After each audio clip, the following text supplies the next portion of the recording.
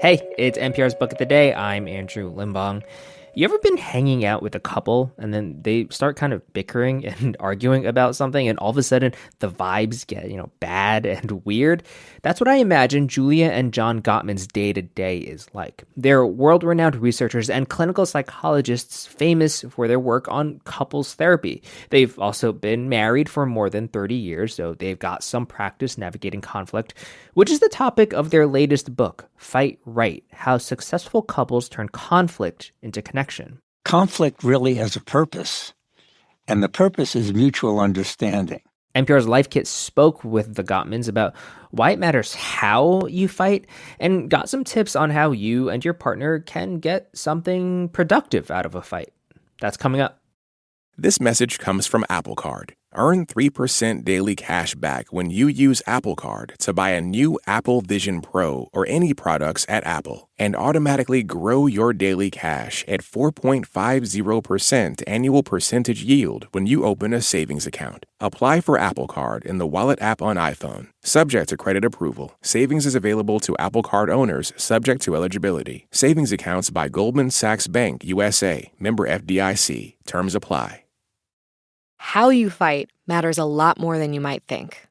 The Gottman's new book, Fight Right, details the keys to successful conflict found in couples that master love. A couple that stays together and pretty much likes one another over time, and they're pretty satisfied with the relationship. That's a master. Versus a disaster, which is a couple that typically has really terrible conflicts and grows more and more distant and more unhappy.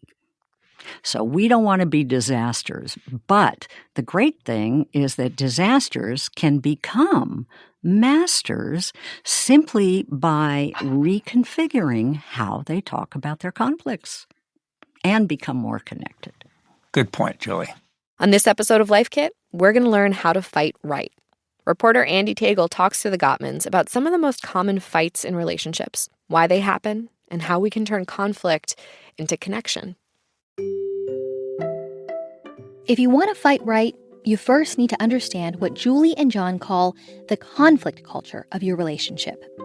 Being aware of your fighting style and that of your partner's will make it easier to connect amid conflict.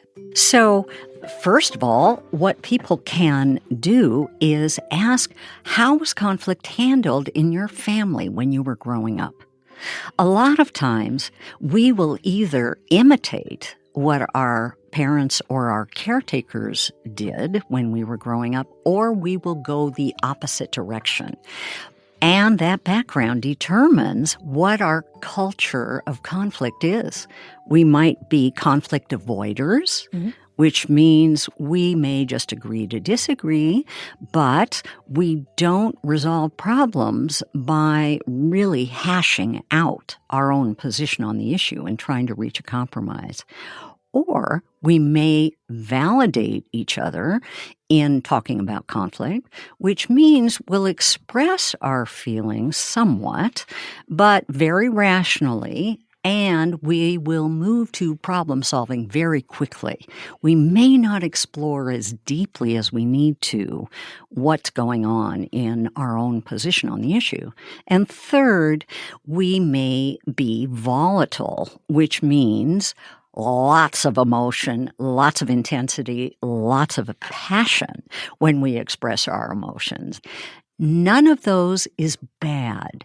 It's simply a matter of recognizing which you are, avoidant, validating, or volatile, and talking with your partner about what kind of discussion and conflict helps you feel more comfortable and more listened to. Okay, let me just make sure I understand. In order to understand our styles, to start, we need to interrogate our past and interrogate our influences. What else? What's next? One of the things that's very important, Andee, is the ratio of positivity to negativity in a conflict discussion. And what we found was whatever style of conflict you have, the masters of relationships, the ones that stay together happily, have this ratio of 5 times as much positive emotion as negative emotion in a conflict discussion, which means that they're really creating this sort of lubricated climate of understanding by just expressing interest and nodding their heads and, vocalizing and saying, "Oh, interesting. Well, tell me more about that." "Oh, wow." And that kind of feedback, that eye contact and vocalization lubricates the wheels of communication. Whereas when there's a standoff, people don't express any affection. There's very little humor, and they're kind of, like stone walls, just sort of standing there and really being opposite of one another and disagreeing with their partner constantly, as opposed to trying to reach mutual understanding. Let's call this takeaway 2. Whenever possible, but especially in conflict, aim for the positive. A little humor, offering some validation, or a simple, "Okay, I see your point," can go a long way in maintaining a successful relationship. Now, let's turn to some of the most common fights people have. The first one I want to cover with you, I am extremely guilty of, but if you tell my husband, I will deny that I said that. You call it the bomb drop. Please, can you tell us what we're talking about? Give us an example of the bomb drop fight. Sure. A lot of times it comes from not feeling entitled to really ask for what you need and suppressing your irritation and your upset and not talking about it. And then when it finally does come out, it's almost like you've dropped a bomb on the relationship. And what typically happens is you express your discomfort by describing your partner, not describing yourself. So we call it harsh startup. And you really describe your partner in very negative terms. And you say, the problem in this relationship is that you're so selfish, you're inconsiderate, you only think about yourself. And they go on, really pointing a finger at their partner. And that's guaranteed to lead to defensiveness. So that's what a bomb drop is. The defining quality of this type of fight is that it kind of comes out of nowhere, like you're walking along and everything's fine. It seems like you're having a good day and it's suddenly like, "I can't believe you," right? Right. Like, "You have been awful for the past 10 years. Right? Do I have that right? Exactly. You got it. Okay, so we don't want to do the harsh startup or drop that bomb. John, can you explain the alternative, what you call the soft startup? What that means is you point your finger not at your partner, but at yourself, and say what you feel about a situation, not about a person, but about a situation that is irritating or upsetting you. And then you talk about what you do need.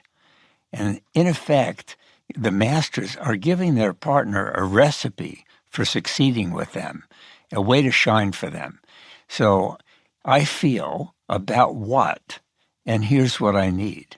And a positive need is the opposite of what you don't need, what you don't want, what you're upset about. So you really have to do a little bit of work to think about, what do you want? And so this softened startup has those 3 parts to it. I feel about what, and here's what my positive need is. Let me give you an example of the difference between a harsh startup and a softened startup. So let's say that your partner's mother is coming over for dinner tonight, and she always finds something to criticize you about, no matter what. It's your cooking, it's your cleaning, whatever, your child raising. She always criticizes you. So you want to bring this up to your partner. A harsh startup would sound like this. "Dear, your mother is a wart on the back of humanity." All right. Okay. How's your partner going to respond to that? Probably not well, unless your partner totally agrees with you. That's always a possibility. However, softened startup would sound like this.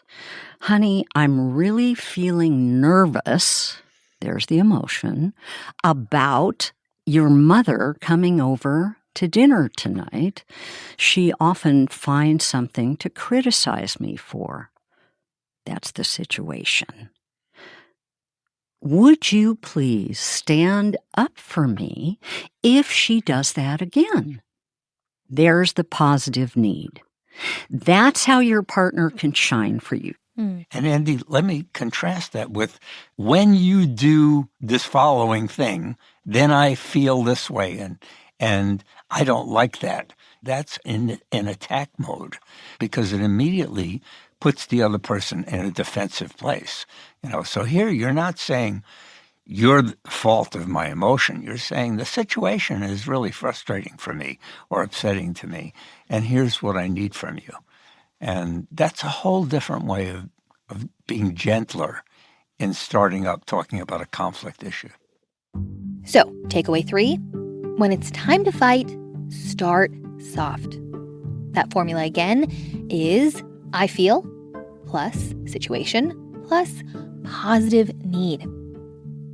By using that I statement, keeping the discussion about only the matter at hand, rather than your whole relationship or your partner's character, and asking them for exactly what you need to feel connected, you're providing your partner space to react calmly and a roadmap for a successful conversation. That was NPR's Andee Tagle speaking with John and Julia Gottman about their book, Fight Right, How Successful Couples Turn Conflict into Connection.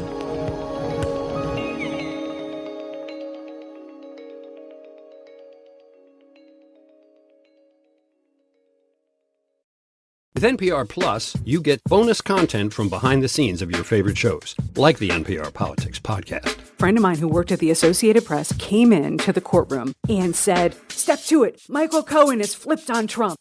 And with NPR Plus, you'll be supporting public media. Learn more at plus.npr.org. This message comes from NPR sponsor Netflix, presenting the 30th Annual Screen Actors Guild Awards. There has never been a better time to celebrate actors. The SAG Awards celebrate the outstanding motion picture and television acting performances of the year. It's the only award show voted on by actors for the actors. Join this celebration and watch the SAG Awards live on Netflix on February 24th at 8 p.m. Eastern, 5 p.m. Pacific. This message comes from NPR sponsor Vuori. Jump into a new perspective on performance apparel. Vuori makes products that stand the test of time and hope to inspire others to live vibrant, healthy lives, empowering your best life in clothing that can be worn for just about any activity from running to yoga. Visit vuori.com/NPR to receive 20% off your first purchase and enjoy free shipping on any U.S. orders over $75. Discover the versatility of Vuori clothing.